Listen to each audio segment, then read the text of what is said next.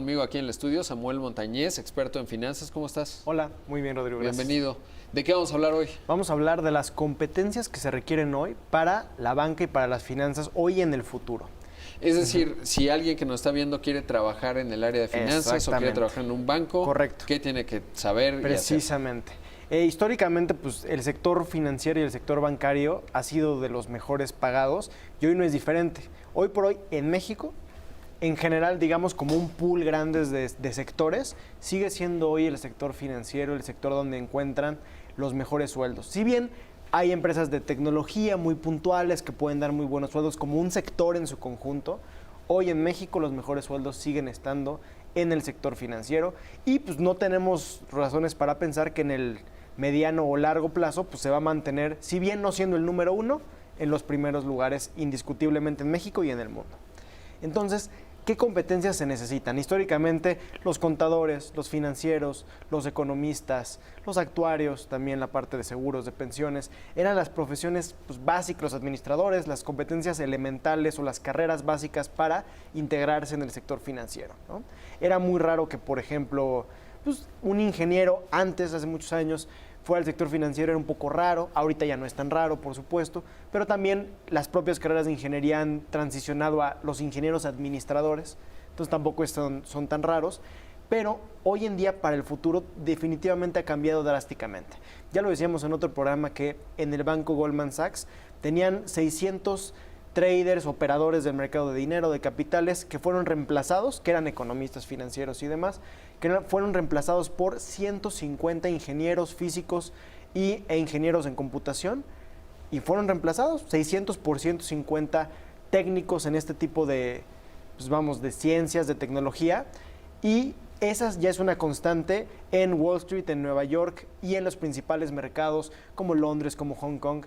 Ya podemos pensar que prácticamente gran parte de las funciones de los bancos hoy están siendo reemplazadas no solo por una máquina per se, sino por alguien que diseña algoritmos, que diseña programas que hacen el trabajo que hacía un humano. No la máquina diseña solo el programa. Hay un humano, un doctor en física, un doctor en computación, que está diseñando algoritmos y modelos para reemplazar el trabajo que tal vez antes 3 administradores financieros, economistas hacían. Y esa es la tendencia que estamos viendo actualmente a nivel global. Entonces, la clave que hay que estudiar a alguien que nos está viendo. Pues, sin duda alguna, mira, JP Morgan, que es uno de los bancos más grandes del mundo, sacó digamos como un booklet, un libro, de las competencias que se necesitan para el banco en el futuro y hoy, ¿no? Lo hizo, de hecho, el director digamos, financiero del banco. Y es muy interesante porque prácticamente uno pensaría que esas son las competencias para entrar a la NASA, porque nada más en programas, en lenguajes de programación computacional hay como 10. En los requisitos de matemáticas es brutal también, es como para pues, un físico, un matemático. Entonces nada más en ese... Y obviamente algo muy importante también es que no estás exento de saber lo que ya deberías saber de contabilidad, finanzas, fundamentos económicos. Eso por supuesto lo tienes que saber. Pero todo digamos, kit de herramientas matemáticas, computacionales, ingenieriles, ya es indispensable para ser competitivo en el sector financiero hoy y en el futuro, sobre todo en los mejores bancos del mundo. También ya lo decíamos en otro programa, hoy el director financiero de Goldman Sachs, que muy probablemente sea el siguiente CEO de Goldman Sachs a nivel global, era el director de sistemas del banco. Antes, pues, ¿en qué historia conocíamos de que el director de informática o de sistemas de una empresa ahora fuera el CEO? Solo que fueras Microsoft, solo que fueras Facebook, una empresa que se dedica a eso. Pero en un banco, pues, no era lo normal, ¿no? Siempre era un economista, tal vez un ingeniero, alguien con una maestría en administración de empresas, era como que el perfil estándar, pues eso ya se acabó. Ahora, ¿cómo distinguirías los distintos componentes de la banca con respecto a las necesidades? Claro. Porque un poco lo que mencionas está muy centrado, por ejemplo, en estrategia de inversión. Sin duda.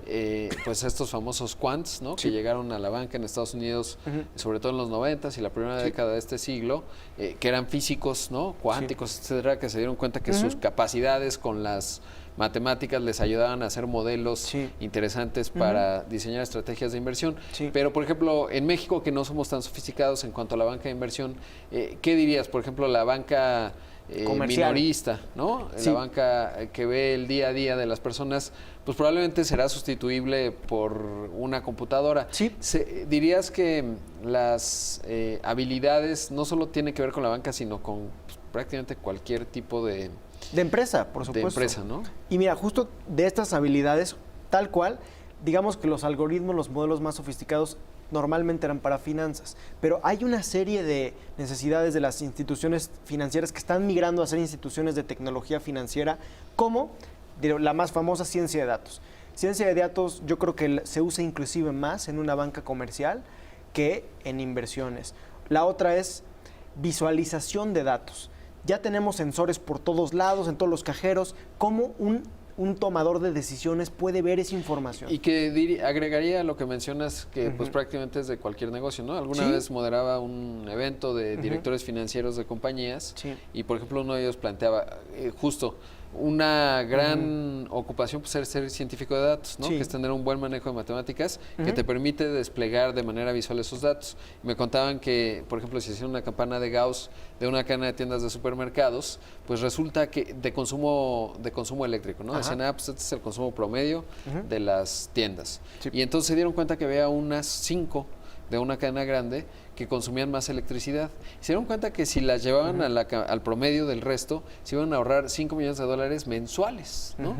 Cuando tú pensarías que, pues, ¿qué diablos tienen que estar haciendo un científico de datos independientemente de cómo pones producto en el anaquel? Pero claramente esto que mencionas, pues, aplica en muchísimas industrias, ¿no? Un buen científico de datos pues puede generar mucho valor agregado en una empresa y se están volviendo realmente cotizados porque además, como ya lo decías, las barreras de entrada no son tan fáciles, ¿no? Es decir, quizás estudiar una carrera de contaduría podría resultar relativamente más fácil intelectualmente hablando que matemáticas aplicadas, ¿no? Sí, y además que no solo es entender la parte de la herramienta técnica, también hay que saber la parte de negocios. Y por ejemplo en banco tienen por ejemplo el reto de los fraudes, los ciberfraudes y los fraudes en general. Ya hoy son algoritmos, como los algoritmos que detectan cuando un mensaje se spam en tu correo.